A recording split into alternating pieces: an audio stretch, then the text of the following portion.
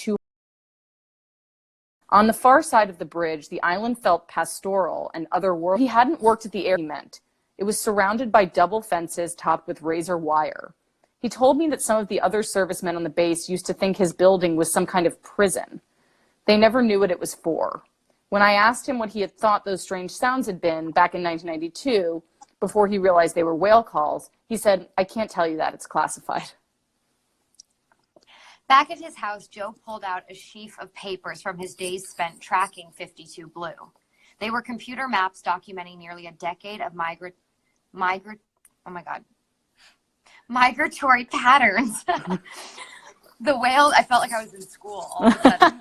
You know, when you're it's weird, you feel like the camera's on, exactly. They were computer maps documenting nearly a decade of migratory patterns. The whale's journey each season marked by a different color, yellow, orange, purple, in the crude lines of mid-90s computer graphics. Joe showed me charts of 52's song and explained the lines in metrics so I could compare its signature with more typical whale noise. The lower frequencies of regular blues, the much higher frequency of humpbacks. Blue whale songs hold various kinds of sounds, long purrs and moans, constant or modulated, and 52 Blue's vocalizations showed these same distinctive patterns, only on a wildly different frequency, one just above the lowest note on a tuba. The brief recorded clip of 52 he played me, sped up for human hearing, sounded ghostly. A reedy, pulsing, searching sound, the oral equivalent of a beam of light murkily visible through thick fog on a moonlit night. Joe clearly enjoyed explaining his charts and maps. It seemed to have something to do with his love for organization and order. As he proudly showed me the fruits of his various and somewhat surprising hobbies, his impressive collection of carnivorous plants and the bees he raised to feed them, or the pristine musket he built from a kit for one of his 18th century fur trapper rendezvous reenactments. A clear penchant for care and conscientiousness emerged. He had a deep desire to be accurate and meticulous about everything he did. As he showed me the cobra lilies, his favorite plants, he explained how their translucent hoods trick-trapped flies into exhausting themselves by flying toward the light. Evidently impressed by the economy and ingenuity of their design, and then carefully fixed a frost cloth over their curled green backs to protect them from the cold. I sense that some tongue twisters there. I know. Well, she writes beautifully. Such beautiful language, but sometimes it's hard to read. I sense that Joe enjoyed the chance to pull out his old whale charts. They took him back to the days when the story of 52 was still unfolding, and he was right in the middle of it. Joe told me he'd arrived at Whidbey after several years of what was technically classified as arduous duty on a base in Iceland, though he explained that those years weren't particularly arduous at all. His kids built snowmen by the Blue Lagoon. Joe was a good candidate for Whidbey. He was already trained as an acoustic technician, already prepared for the work that happened in his squat little bunker behind the razor wire fences. The hydrophone tracking program, also known as the Sound Surveillance System, or SOSUS, was a bit of a bastard child, Joe told me. After the Cold War ended, without Soviet submarines to listen to, the Navy needed more convincing about how the expensive hydrophone array could earn its keep. The work that emerged surprised even the ones who started doing it. Daryl Martin, an acoustic technician who worked with Joe at Whidbey, described it like this. We went from being experts on sharks of steel to tracking living, breathing animals. He said, it's just endless what you can hear out of the ocean. Now the mystery of one particular whale survives as a man sitting at his kitchen table, pulling out weathered folders to point out the ordinary-looking graph of an extraordinary song. Oh, should I go? Oh my God, no, I'm sorry, I forgot the last paragraph. July 20, 2007, Harlem, New York. Leonora knew she was going to die. Not just someday, but soon. She'd been suffering from fibroids and bleeding for years, sometimes so heavily that she was afraid to leave her apartment. She grew obsessed with blood, thinking about blood, dreaming about blood, writing poems about blood. She stopped working as a case supervisor for the city, a job she'd held for more than a decade. At that point, Lenora was 48 years old. She'd always been a self-sufficient person. She'd been working since she was 14. She'd never been married, though. She'd had offers. She liked to know that she could support herself. But this was a new level of isolation. One family member told her, "You are in a very dark place." And she said she no longer wanted to see her. By summer, things had gotten worse. Leonora felt truly ill. Relentless nausea, severe constipation, aches across her whole body. Her wrists were swollen, her stomach bloated, her vision blurred with jagged spirals of color. She could hardly breathe when she was lying down, so she barely slept. When she did sleep, her dreams were strange. One night, she saw a horse-drawn hearse moving across the cobblestone streets of another century's Harlem. She picked up the horse's reins, looked it straight in the eye, and knew it had come for her. She felt so convinced she was going to die that she unlocked her apartment door so her neighbors wouldn't have trouble removing her body. She called her doctor to tell her as much. "I'm pretty sure I'm going to die." And her doctor got pissed, said she needed to call the paramedics, that she was going to live. As the paramedics were wheeling Leonora away from her apartment on a gurney, she asked them to turn around and take her back so she could lock the door. This was how she knew she'd regained faith in her own life. If she wasn't going to die, she didn't want to leave her door unlocked. That request, asking the paramedics to turn around, is the last thing Leonora can remember before 2 months of darkness. That night in July was the beginning of a medical odyssey. 5 days of surgery, 7 weeks in a coma, 6 months in the hospital, that would eventually deliver her in her own time and her own way to the story of 52 Blue. If anyone, sorry, I just want to say, if anyone's joined like recently, I just want to say we're here reading, you good? Yeah, my foot went up. We're here reading a short story called 52 Blue by Leslie Jameson, and I put the link in the description. We're probably not going to get to read all of it because it is kind of long, but we're doing it because we thought it would be a nice, soothing distraction from what's going on right now. And we hope you guys are reading a lot, so here we go. I'm starting on page 9. Okay. During the years when Joe and Daryl were tracking 52 Blue, they worked under the supervision of Bill Watkins, an acoustic expert from Woods Hole, who came across the country to Whidbey Island every few months to hear about what they'd found. Everyone who told me about Watkins spoke of him in almost mythic terms. The number of languages he spoke kept changing every time I heard it, 6, 12, 13. One of his former research assistants claimed it was 20. He'd been born to Christian missionaries stationed in French Guinea. According to Daryl, Watkins had hunted elephants with his father when he was a kid. He could actually hear 20 hertz, which is extremely low for any human, Daryl told me. You and I can't hear that, but he could actually hear the elephants in the distance, and he would tell his dad which way to go. Over the course of his career, Watkins developed much of the technology and methodology that made it possible to record and analyze whale songs, whale tags, underwater playback experiments, location methods. He developed the first tape recorder capable of capturing whale vocalizations. For Joe and Daryl, 52 Blue's unusual frequency was interesting mainly because it made him easy to track. You could always distinguish his call, so you always knew where he was traveling. Other whales were harder to tell apart, their patterns of motion harder to discern. The possibility of particularity, this whale, among all the whales, allowed for an ongoing relationship to 52 as an individual creature, while other whales blurred into a more anonymous collective body. 52's particularity, as well as his apparent isolation, lent him a certain sheen of personality. We've always laughed when we were tracking him, Daryl told me. We said, maybe he's heading up to Baja for the Lady Blues. Daryl's jokes echoed with the familiarity of affectionate condescension, the way frat brothers might talk about the runt of a pledge class who never had much luck with girls. 52 struck out, look again, tried again. 52 never let up with that song. It was something more than a job. Daryl bought his wife a whale necklace during the years he spent tracking 52, and she still wears it.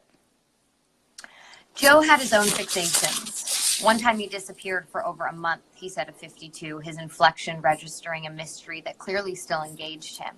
And at the end of the month, when they finally picked him up again, he was farther out in the Pacific than he'd ever been. Why was there that gap, Joe wondered? What happened during that time? Watkins was the driving force behind the whale tracking, but he couldn't keep it running forever. After 9/11, Joe explained all the money disappeared for good. As it turned out, however, the saga of 52 was just beginning. After the Woods Hole researchers published their findings about 52 Blue for the first time in 2004, 3 years after the funding dried up, they started getting inundated with notes about the whale. Bill Watkins had died a month after the paper was accepted, so it was his former research assistant, a woman named Mary Ann Daher, who found herself receiving the flood of letters. They weren't typical pieces of professional correspondence. They came, as the New York Times reporter Andrew Revkin wrote at the time, from whale lovers lamenting the notion of a lonely heart of the cetacean world, or from people who identified with the whale for other reasons, because he seemed restless or independent, because he sang his own song. After Revkin's story ran that December, headlined Song of the Sea, a cappella and unanswered, more letters flooded Woods Hole. One marine mammal researcher quoted in the story Kate Stafford may have inadvertently fanned the flames. He's saying, "Hey, I'm out here." Well, nobody is phoning home. These letters came from the heartbroken and the deaf, from the lovelorn and the single, the once bitten, twice shy, and the twice bitten, forever shy. People who identified with the whale or hurt for him, ached for whatever set of feelings they projected onto him. A legend was born, the loneliest whale in the world. In the years since, 52 Blue, or 52 Hertz, as he is known to many of his devotees, has inspired numerous sob story headlines, not just the loneliest whale in the world, but the whale whose unique call has stopped him finding love, a lonely whale's unrequited love song. There is one whale that 0 other whales can hear, and it's very alone. It's the saddest thing ever, and science should try to talk to it.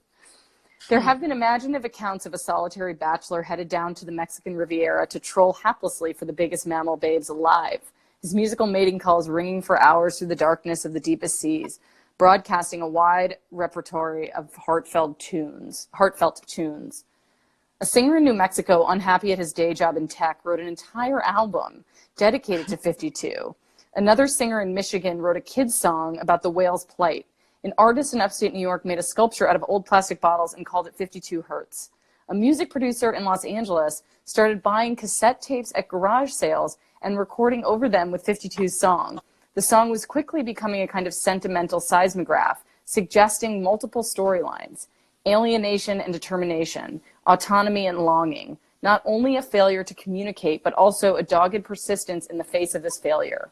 People have set up Twitter accounts to speak for him, including at 52_Hertz_whale, who gets right to the point. Hello, yoo-hoo, is anybody out there? Hashtag sad life.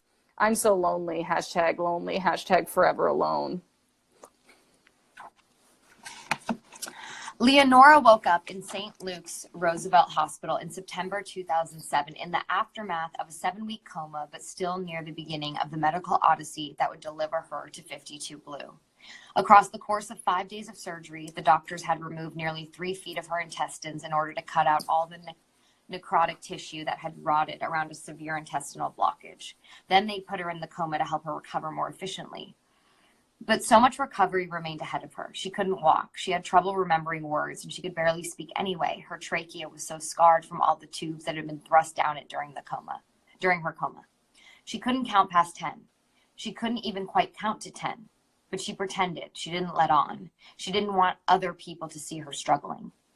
Leonora had grown up around struggle, raised mostly by her grandmother, a determined and resourceful woman, 4'11" and blind from diabetes, who'd come to the States from Chennai by way of Trinidad. She'd always told Leonora that her people back in India thought America was full of golden sidewalks. But Leonora remembers the parts of Harlem where she grew up, a neighborhood near Bradhurst Avenue, as something of an urban war zone during her high school years in the mid-70s, with its own police task force and sky-high murder rates. When Leonora got interested in photography one summer, people started calling her death photographer because so many of her subjects ended up as victims of violence. Leonora was determined to leave, eventually saving enough bartending money to fund a trip to Paris, where she spent a blurry year walking up and down the Boulevard Saint-Michel with a corkscrew in her hand, taking a trip to Capri, where she and a friend met a pair of amorous lifeguards, broke into an abandoned villa, and ate bread and jam off the dusty kitchen table. Back in New York, Leonora met a man she almost married, but when they went to the courthouse, she got such terrible cramps that she had to go to the bathroom and realized it was her body telling her, "Don't do this." She listened. She stayed in the bathroom until the offices closed. A police officer had to get her out. She got a job as a case manager for the city, working with clients on food stamps or welfare, but grew increasingly isolated in her personal life. By the time she was hospitalized in July 2007, she'd retreated from the world so much that her time in the hospital felt less like an abrupt rupture and more like the continuation of her descent. For Leonora, the hardest part of the recovery process was losing her self-sufficiency, realizing that she could no longer be independent or take care of herself as she regained her voice. She started to grow more comfortable asking for what she needed. When she eventually realized the source of a stent she'd grown aware of, it was her own hair matted with blood, she demanded that one of the doctors cut it, and it turned out looking pretty good. They joked that the doctor might have a second career as a hairdresser. During the 6 months she spent at the hospital and various rehab facilities, Leonora felt abandoned. She didn't have many visitors. It seemed like everyone in her life was fleeing her damage, pushing her away because they didn't want to be around her sickness. She assumed her illness made them uncomfortable because it reminded them of their own mortality. When people did visit, she perceived a dark energy coming from them. It nauseated her. When her father came to see her, he told her over and over that she looked like her mother, a woman he hadn't spoken about in many years. She felt that her illness raised long-buried emotions of anger and loss in him. Leonora was cut off from others and from the world itself. She couldn't even watch television because it gave her headaches. It was late one night alone and trolling the internet that she came upon the story of 52 Blue. By then, the story of the whale had been floating around the internet for several years, but it resonated for Leonora with a particular urgency. He was speaking a language that no one else could speak, she told me. And here I was, without a language. I had no more language to describe what had happened to me. I was like him. I had nothing. No one to communicate with. No one was hearing me. No one was hearing him. And I thought, I hear you. I wish you could hear me. Like the whales, she felt that her own language was adrift. She was struggling to come back to any sense of self, much less find the words for what she was thinking or feeling. The world seemed to be pulling away, and the whale offered an echo of this difficulty. She remembers thinking, I wish I could speak whale. She found a strange kind of hope in the possibility that 52 Blue knew he wasn't alone. I was like, here he is. He's talking. He's saying something. He's singing, and nobody's really understanding. But there are people listening. I bet he knows people are listening. He must feel it. The hunt for an elusive whale is the most famous story in the history of American literature. Hast thou seen the white whale? But as much as Moby Dick is about the quest for an animal or for revenge, it's also about the quest for metaphor. The attempt to understand what can't be understood. Ishmael calls the whiteness of the whale a dumb blankness full of meaning, full of many meanings actually. Divinity and its absence, primal power and its refusal, the possibility of revenge and the possibility of annihilation. Of all these things, the albino whale was the symbol, Ishmael explains. Wonder ye then at the fiery hunt. When I first began looking into the story of 52 Blue, I reached out to Mary Ann Daher at Woods Hole, hoping she could, reading out loud. Wow, got to do it more. It's tough. Well, these are tongue different twisters. On camera. I feel like I'm in middle school. Okay, where was I? A lot of people are in middle school right now on laptops. I know it. Everyone's doing school online, huh? School online. That's how I did all of high school online. You're like, pay me. I did that. How would you pronounce this woman's name? I think you're saying it right. Daher. Daher? Yeah. I'm sorry. That's another thing I learned about being homeschooled is that I know what most words mean, but the pronunciation is always, it can be off for me because you were in a vacuum. Nobody was giving you. Yeah. So right. I have pronunciation problems. Anywho. Okay. I'll just go When I first began looking into the story of 52 Blue, I reached out to Mary Ann Daher at Woods Hole, hoping she could help me understand how the story of this whale had jumped the bounds of science and become something more like a rallying cry. Her role in the story was curious. She'd become the unwitting confessor for a growing flock of devotees simply because her name was on a paper recounting works for which she'd been a research assistant years before. Relate. I'm kidding. Oh, I thought you said relate. I was like, I did. I was joking. I was like, I relate. Oh, I thought you said we're late. Oh, no. I was like, I relate. No. I was like, relate. Relate. I get all sorts of emails, she told one reporter at the time, some of them very touching, genuinely. It just breaks your heart to read some of them, asking why I can't go out there and help this animal. Eventually, the media attention started to grate on her. It's been pretty painful, she told another reporter in 2013.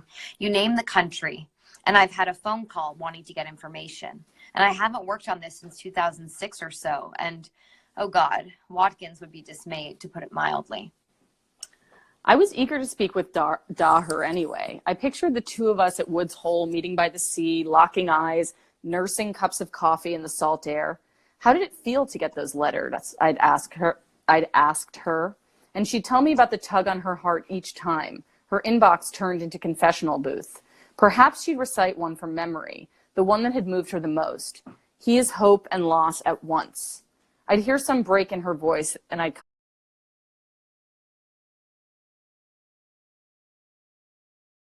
copy her words. I'd copy the break. I'd make note of her scientific neutrality, showing the strain at her. It could have, perhaps there is another world in which it did.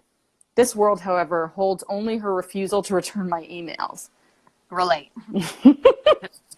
The Woods Hole media relations representative made it very clear. Daher was done talking about the whale, done refusing to make assumptions about the whale, done correcting other people's assumptions about the whale. She'd already said everything she had to say. The last journalist Daher agreed to talk to was a writer named Kieran Mulvaney. The transcript of their conversation gives a sense of her wariness and aggravation. We don't know what the heck it is, she said, when asked about the cause of 52's odd song. Is he alone? I don't know. Most people like to imagine this creature just out there swimming by his lonesome, just singing away, and nobody's listening. But I can't say that.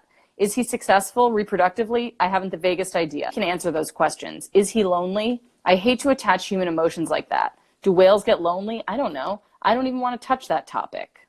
Daher never agreed to speak to me. She never agreed to pass along the letters she'd received from all the people who had been moved by this animal. So I went looking for them on my own. I underlined this just from the first time I read it. I liked that line that said, he is hope and loss at once. Yeah. I thought that was sweet. It's a great line. Do you want to read one more page, and then we can maybe come back and read another time, or people can read the rest of it? Or how much do we have? Huh? I'm looking. Sorry, I was just looking at my underlines. Why don't we read? Okay. Yeah, let's read. Let's stop at. Where are we on 17, right? Or no, sorry, we're on 16. Do you want to read like 4 more pages? Yeah, let's do it. Stop at 20. Yeah. And then everybody can finish the rest. I mean, all right. I love it. I mean, we can finish it. Why? Is everyone bored of us? No, I mean, I love it. Do you guys want us to keep reading? Can you just send some hearts? I feel like there's people here. Oh, no, there's definitely people. He is lost in hope at the same time. I don't think so. I mean, I'm engrossed in the story personally. Me too. But, you know. Other than. I think we have some hearts, though. How do you people are saying it's soothing. Do you not see the hearts? No, I mean, I see just hearts. Oh, I don't think you can quantify the hearts. Oh. I love all the hearts. But Pink Tomato Pillow just sent personal hearts, so. And someone just said, Je suis un fan. Okay. Said what? Je suis un fan, which I like. Shauna Richardson, who follows us, just said, I'm living for this personally. So we can continue on. That's all we need to know. Okay. At first, they were just voices out of the digital ether. A Polish tabloid photographer, an Irish farmer's cooperative employee, an American Muslim woman who associated 52 Blue with the prophet Yunus. They congregated at a Facebook page dedicated to the whale, where most of the messages converged on 2 themes: feeling bad for 52 and wanting to find 52. Denise posted one message, find 52 hurts, over and over and over again one morning at 8:09, 8:11, 8:14, 8:14 a second time, and 8:16. A woman named Jen wrote, I just want to give it a hug. Shorna, a 22-year-old in Kent, England, told me that learning about 52 gave her a way to understand the isolation she felt after her brother was killed when she was 13. The abiding conviction that her grief was nothing anyone else could ever understand. Her family didn't want to talk about it. Therapists were telling her that she should feel. The whale never told her what to feel. It just gave a shape to what she already felt, which was that she was on a different wavelength to other people. Juliana was a 19-year-old English major at the University of Toronto who told me she understood the whale as the epitome of every person who's ever felt too weird to love. For her, he represented anyone wandering alone, or anyone, herself included, trying to find someone who accepts us for our weaknesses and faults. Oh, this is I going to be a underlined that doozy. too. Trying to find someone who accepts us for our weaknesses and our faults. No, I'm going to underline that one now, but I underlined the epitome of every person who's ever felt too weird to love. Sweet. This name is a doozy. Do you like that I stopped before that? Well, no, it's a doozy. It's a big new. It must be some kind of. I don't know, but I'll start here. Does anyone here know how to pronounce this name? Is anyone from a country where this is a common name? I don't know. Zbigniew. Pronunciation class. Well, I think you can also wait. Let me. I think it's a Polish name. Oh. It's a Polish name that's pronounced. Is there anyone here from Poland? Oh, here, wait. They're going to read it. Oh, frick. You know, usually like you can get Wikipedia to read it to you. Yeah. Oh, man. Yeah, it's a Czech or Polish name. All right, cool. We're getting, I like to get in the weeds. Okay. So,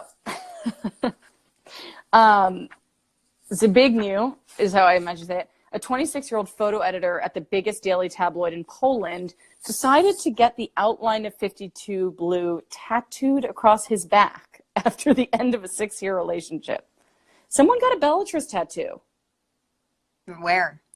On their arm, I think. I'm sure people have tattoos of you on them. Or of your characters, maybe. That's not the craziest thing. That'd be cool, actually. Okay, so 52 Blue tattooed across his back after the end of a 6-year relationship. He said this: I was deeply in love, but as it came out, she was treating me like a second category person in a relationship. I love that, a second category person. I was devastated, mainly because I have given her everything I could, and I thought she would do the same for me. Because of her, I lost connection with important friends. View of the wasted time made me sad. Story of 52 Hertz whale made me happy. For me, he is a symbol of being alone in a positive way. He is like a statement that despite being alone, he lives on. Wow, that is apropos. For Z, as he calls himself, 52 came to represent the lonely days after the breakup. Oh, so this guy calls himself Z. Watching sad movies alone at home with his 2 cats, Puma and Fuga. For a long time, I was singing in other frequency than everybody around. This is a translation, guys. That's why there's some broken English. He wrote to me. But for him, the whale also represented resilience. This is what my life looks like for the last 2 years. I'm swimming slowly through my part of ocean, trying to find people like me, patient, going past life, being sure that I'm not crippled, but special in a positive way. The tattoo was a way for Z to honor what the whale had meant to him and to communicate that meaning, to sing at a frequency that might be understood. It stretches across his upper back, the only place on my body huge enough to make it look awesome. Behind a detailed rendering of Moby Dick, another one of Z's fixations, there is a second whale, a ghost whale, just a negative space of bare skin defined by an outline of ink. Rather than illustrating 52 Blue, Z's tattoo evoked the fact that he hadn't ever been seen. Sakina, a 28-year-old medical actor living in Michigan, associates 52 with a different kind of loss, a more spiritual struggle. I first saw her in a YouTube video wearing a hijab, describing how the story of 52 immediately made her think of the prophet Yunus, who was swallowed by a whale. It makes sense that the loneliest whale feels lonely, she said, because he had a prophet with him, inside of him, and now he doesn't. I met Sakina in a coffee shop in downtown Ann Arbor, where she told me that learning about 52 Blue had evoked certain lonely periods of her childhood. She grew up Muslim in New Mexico, but she hadn't imagined the whale hungry for love so much as for a sense of purpose, craving a prophet to swallow or a prophecy to fulfill. She wondered, is he aching for the divinity again? David, an Irish father of 2, identified with 52 Blue more deeply after he lost his job at Waterford Crystal, where he had been working for more than 2 decades. He wrote a song lamenting that he'd followed sorrow like whale 52 Hertz, and then moved to Galway with his wife to forge a new life. I am told by everyone that Galway will be good for me, he wrote to me at the time. At the age of 47, he was starting with a singing group and going back to school. I have taken the discovery of the whale as a signal from the depths that I am close to discovery. All I really know is that 52 Hertz whale is out there singing, and that makes me feel less alone. 6 months later, David wrote to tell me that his wife had left him after 25 years of marriage. They could barely speak to each other. Life in Galway wasn't what he'd expected. His singing group had been a bust, but he still found solace in the whale. I know that she's still out there, he wrote, imagining her as a female, perhaps as his soulmate. I see others searching. Maybe I won't be alone for much longer. That's why I really like the story, is that there is this like sense of hope in it and longing that I think is really sweet and special. Especially now. I didn't even realize, I mean, you had said this when you proposed that we read this story, but I didn't realize how relevant it is right now, as far as like, you know, there's like hundreds of millions of voices, especially online right now, that are sounding their echoes, but everyone is kind of alone in place, which is, I know. So we all interesting. It's a good story for right now. To hope for and give people hope as well. Yeah. I think we should keep reading a little more. Okay. I'm here. The Natural World. We haven't hit 20. But it's still my turn. Oh, excuse me. What are you eating? My addiction. I don't. Full bag No. today. I'm gonna get a bag No. a day. Yeah. No, thank you. Yeah. Okay. The natural world has always offered itself as a screen for human projection. The Romantics called this the pathetic fallacy. Ralph Waldo Emerson called it intercourse with heaven and earth. We project our fears and longings onto everything we're not, every beast, every mountain, and in this way we make them somehow kin. It's an act of humbling and longing and claiming all at once. Often we're not even aware that we're doing it. Decades after amateur astronomer Percival Lowell claimed to have seen canals on Mars and shadowy spokes on Venus, interpreting both as signs of alien life, an optometrist figured out that the settings on Lowell's telescope, its magnification and narrow aperture, meant that it was essentially projecting the interior of his eye onto the planets he was observing. The spokes of Venus were the shadows of his blood vessels swollen from hypertension. He wasn't seeing other life. He was seeing the imprint of his own gaze. Wow. Projection. That's like a Rorschach test. Well, not really. It's more like, that's just wild.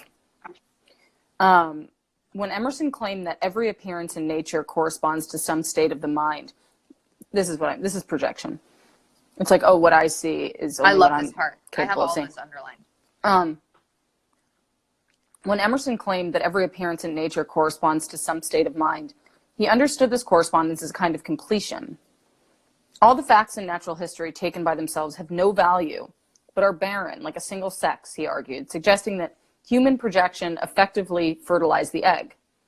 It's not only brought meaning to the barren body of natural history, Emerson suggested, but offered sustenance to man himself, becoming part of his daily food. Though Emerson celebrated this process, he also interrogated its implications. We are thus assisted by natural objects in the expression of particular meanings. But how great a language to convey such peppercorn informations, he wrote. Mm-hmm. We are like travelers using the cinders of a volcano to roast their eggs. He wondered whether it robbed the natural world of its integrity to deploy it as metaphor. Have mountains and waves and skies no significance but what we consciously give them when we employ them as emblems of our thoughts? Roasting an egg on volcano cinders might be an apt way of describing what it means to use a giant whale to embody dorm room homesickness or post-breakup ennui. Is he lonely? I hate to attach human emotions like that. There used to be a name for the kind of people who like to tell tall tales about animals. Nature Fakers. That's a great band, by the way. I'm on live. The peeps are asking for dolls.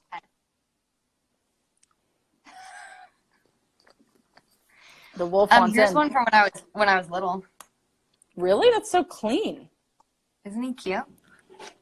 She kind of looks like Miss Frizzle from Magic School Bus. Oh, and she reminds me of a character on like Doug. Remember that cartoon Doug? She's very much so. It's like Doug. Oh, Patty Mayonnaise. She's very Patty Mayonnaise. Or Pepper Ann, but with short hair. Oh my God, Pepper Ann. Yikes. I wonder where she is now. Wait, sorry. I want to stop at the bottom of 20, so keep going. There used to be a name for these kind of people who like to tell tales about animals. Nature fakers, which is our band, I was saying. Teddy Roosevelt himself issued a scathing public condemnation of what he called yellow journalism of the woods. These syrupy accounts of the natural world projected human logic onto animal behaviors, spinning tales of wild fowls setting their own broken legs in mud-made casts, or crows convening schoolrooms for their young. This is like tabloids. I know as president I ought not to do this, he wrote, but criticize them anyway. He is not a student of nature at all who sees not keenly but falsely, who writes interestingly and untruthfully, and whose imagination is used not to interpret facts but to invent them. Roosevelt was especially concerned about fact blindness. It sounds like fake news. The possibility that telling fake stories about nature might blind us to the true ones. This is the danger of making the whale lonely or profit hungry, asking the duck to set a mud cast for his own broken leg. The possibility that feeling too much awe about nature we've invented will make us unable to appreciate the nature in which we live. Wow. That's good. That is good. Someone asked me if I sleep with stuffed animals. I actually don't. Roosevelt's argument finds a strange modern echo in a Twitter account called @52Hertz, whose bio imagines the whale protesting his own symbolic status. I am no symbol, no metaphor. I am not the metaphysics you feel stirring in you. No stand-in for your obsessions. I am a whale. Many of his tweets are nonsense. There's a literal, it just is letters. But something about them seems honest. They are the tweets of a whale that doesn't know why he's on Twitter, and whose jumbled language protests the projection of language onto him at all. His gibberish is more interested in what isn't legible than in forcing the unknown into false legibility. It's more interested in acknowledging the gaps than in voicing the projections we hurl across them. Oof. I mean, I love this story. So I it is so good. If everyone wants to keep reading it, there's like 10 pages left, I think. 10 more pages. But I think it's a really great story. I never read that before. Very thought-provoking. That is very, very now in a weird way. Very much so. I just like the idea of criticizing people who are trying to attribute qualities to things that don't need to have those qualities. It's like when people are like, oh, that robot is sad. It's like, no, robots are never sad. They're robots, you know. Or like, you're sad. Right, exactly. Yeah. It's such a good story. Yeah, I love the tinge of longing and hope that's in that story. And it does wrap up really kind of beautifully. So I highly recommend finishing it. And you guys can get it. We'll post it, whatever. We'll post it, but it's also in this feed. The link is right here, yeah. The link is going right now. Someone said, hey, robots have feelings. I agree. Well, this was fun, huh? This was really fun. I was thinking tomorrow we were going to do a read-in that is actually like a silent read-in for 20 minutes where we're just going to go on and everybody can read their own thing, but you can like have company while you're reading. So we were both going to sit and just read to ourselves for 20 minutes tomorrow if anybody wants to join us. Absolutely. Well, I'll be there. 100%. I mean, I'll be there. Cool. And we're going to post a lot more videos, actually, of authors that we're talking to. Or, we're going to be talking to authors who weren't able to go on their book tours because of what's going on. So people are saying that you should record an audiobook. Oh, I would love to. We'll sort of set them into motion. All right, I'm going to... You know what would be fun to read out loud? What? Some Eve Babbitt's. Oh, yeah. Do you have a new book? We'll read Eve Babbitt's too. Like, it's kind of like there's some the stories language that are is amazing. Why don't we read Eve Babbitt's out loud tomorrow? Yeah, or I want to do the. I want to do the silent reading. Yeah. Or I don't know. Do you guys want to vote? Do you want a silent reading or a not silent reading? Oh my God! Well, Let's vote. Can we vote? What if Oh, wait. I think, oh no, these are. We can also do both. Let's just vote on which one is tomorrow. Hold on a second. I don't think I can put it in here, but we can say, wait, yes. No. We all do a slide later, right? Yeah. I'm not the tech genius, in case you guys haven't noticed. We need to, not silent. People are silent. God, we're having a lot. It's back and forth. Not silent reading. I don't know. We'll see. But yeah, I think you're right. Eve would be good. A short story that she's written. Sorry. Out loud, please. People say there's a lot going on. There's a lot going on. I know. Because Eve's new book, I Used to Be Charming. Is that stories or a novel? Stories. It's so good. So why don't we could also read a story. Well, whatever we decide to do tomorrow, we can read an Eve Babbitt story. Yeah. But we're gonna be like, we're gonna be coming on more. Because y'all, it's soothing for me, and I think people are saying it's soothing, so we should keep doing it. Thank you guys. You guys should get this book, because our favorite story, one of our, I would say, can I speak for you too? 1000%. I know what you're gonna say. I know. One of our top 10, I would say, favorite short stories of all time, or favorite essays of all time, is in here. Mm-hmm. Which one? Where is it? Yeah, Sean, we'll do another content. If Paige is in here, I don't know if Paige is in here, but maybe she'll put the link to this book too. Duh. Hold on. Where is my favorite story? One second. I have to. Don't get off yet. I'm not going anywhere. What time is it, by the way? You can't see what time it is when you're on live, I realized. It's 3:30. Hold on a second. I know where it is. It's 3:30? Yeah. We've been on live for an hour? Well, we took a little while getting started. Wait. How could I forget? Because it's inspired by a Joan Didion quote. We tell ourselves stories in order to live again. Mm-hmm. One of the most fabulous essays I've ever read in my entire life. I literally read it out loud to my mom recently, and I started getting so choked up at the end that I was crying, and she couldn't believe. It's an amazing, I don't know how much you guys know about past life theories, I guess. But it's really, it's a really beautiful story, and it's something that I didn't really know that much about. And that's the thing, is that with Leslie Jameson stories, like, she brings things to the fore that you've never heard of, and she makes them poetic and the most interesting, wouldn't you say? Like, I don't know if I'd read a story about the loneliest whale, but I'll read Leslie Jameson write about it. Past life regression. There we go. Write about paint drying. I love it. Literally. All right, fam. Guys, thank you. This was the kind of self-quarantine thing I needed. That's great to hear. Oh, somebody says read something scary. All right, yeah. So here's what's going to happen this week, guys. We're going to do a scary story one day, Eve Babbitt's one day, and a silent reading the next day. I mean, not necessarily in that order. 100%. 100%. All right, bye, love babe. You, Queen. Love you to all the queens, and we'll see you tomorrow. Bye, guys. Thank you for joining in. And yeah, we'll see you tomorrow. I'm my biggest fan, she said. That's sweet. Okay, guys. The essay we started reading is pinned, and we'll post about it, okay? Cool. Puerto Rico. Hi, Puerto Rico. All right. Bye, Queen. Oh, this is inspiring. All right, bye, Em. Bye.